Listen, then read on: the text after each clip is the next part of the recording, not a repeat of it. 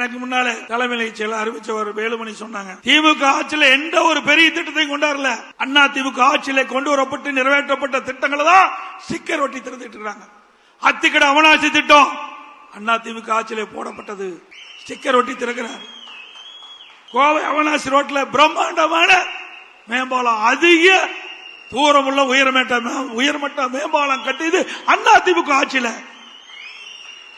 அங்க மட்டுமல்ல, தமிழ்நாடு முழுவதும் ரயில்வே கடவுக்கு குறுக்கே மேம்பாலம், சாலை சந்திப்பிலே மேம்பாலம், ஆற்று குறுக்கே மேம்பாலம், நல்ல சாலை வசதி, கூட்டு குடிநீர் திட்டம், கடலீரை குடிநீராக்கும் திட்டம், இப்படி பல திட்டங்களை கொண்டு வந்து நடைமுறைப்படுத்த ஒரே அரசாங்கம் அண்ணா திமுக அரசாங்கம்.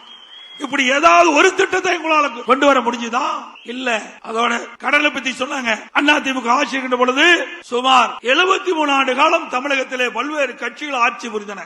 அந்த 73 ஆண்டுகள 2021 வரை 73 ஆண்டு காலம் பல்வேறு கட்சிகள், காங்கிரஸ் ஆட்சி, திமுக ஆட்சி, அண்ணா திமுக ஆட்சி என்று பல்வேறு கட்சிகள் தமிழகத்தில் ஆட்சி புரிந்தது. 2021 5,18,000 கோடி தான் கடை.